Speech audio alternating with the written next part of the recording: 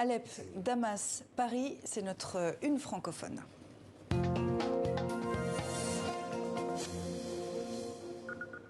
Doha Al-Mahri, bonsoir. Bonsoir. Vous êtes syrienne, réfugiée politique en France. Dans La Rebelle d'Alep, aux éditions Albin Michel, vous racontez votre incroyable parcours et votre exil. Vous naissez à Alep en 1962, une enfance heureuse, puis un mariage avec un homme violent qui vous battra et vous violera, ce qui vous amènera à divorcer. Vous reprenez vos études tout en élevant seul vos enfants. Vous vous installez à Damas où vous devenez guide touristique. En 2011, la révolution éclate. Vous manifestez contre le régime. Vous vous faites arrêter, vos deux fils aussi. Et là, tout bascule. Bien sûr, nous avons manifesté avec les fleurs, avec les chansons de liberté. L'arrestation de mon fils, Jamil, quand j'étais retourné chez moi, j'ai trouvé le sang partout, sa chambre tout cassée. Je ne sais pas s'il est vivant ou non. J'ai resté jour et nuit à pleurer. Jour et nuit à pleurer. Ensuite, vous vous ferez, vous, arrêter aussi. Et vous dites, ils ont seulement gravé en moi quelque chose d'indélébile, la peur. Est-ce que vous avez encore peur aujourd'hui, après quelques années en France? Oui, encore. J'ai encore un peu peur, mais de temps en temps, je travers dans la nuit. Parce qu'il y a l'image dans ma tête jusqu'à maintenant.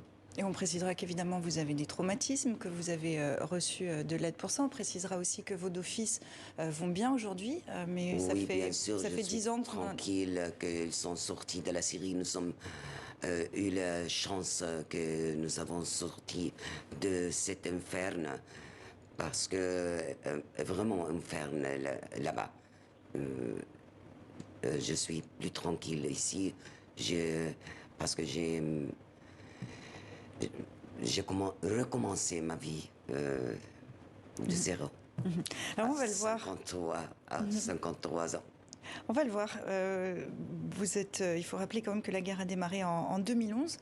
Vous avez fui Liban, Égypte, Turquie, où vous tombez malade, puis la Grèce, l'Italie, enfin la France. Pourquoi avoir fait le choix de l'Europe ? Parce que j'ai envie de vivre dans une démocratie. J'ai envie de vivre dans un pays qui respecte le droit de l'homme. Je suis tombé en Turquie malade le premier cancer. En France, j'ai eu le deuxième cancer aussi.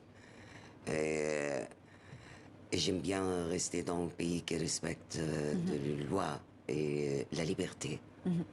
Je suis là pour Marianne. Pour Marianne.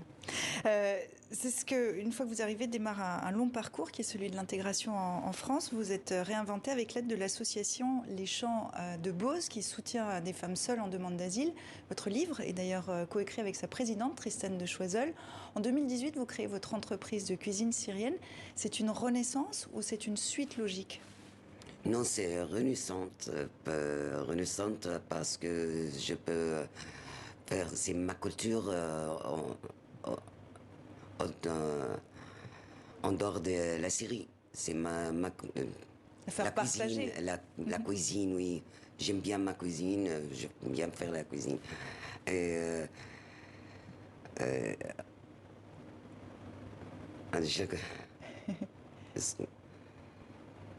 je suis en Syrie, je suis guide touristique.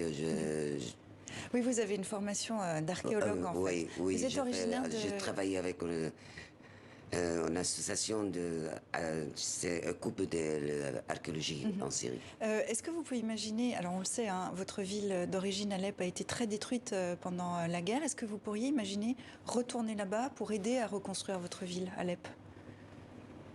Bien sûr, je rêve à retourner là-bas comme les majorités syriennes.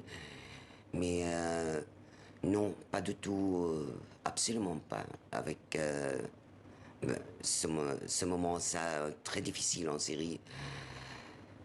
Parce que la Syrie est sous les coupes de famille d'Assad.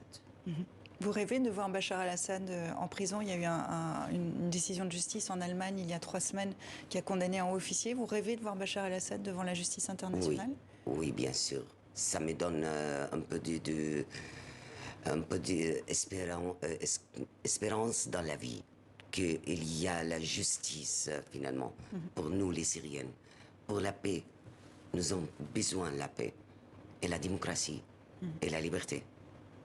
Le peuple syrien, il mérite la démocratie et la liberté. Et vous racontez votre parcours, je le rappelle, dans La Rebelle d'Alep, puis par Damas, maintenant à Paris. Douha Al-Mari, merci beaucoup d'être venu témoigner dans 64 minutes. Merci à cette occasion, merci beaucoup. Merci.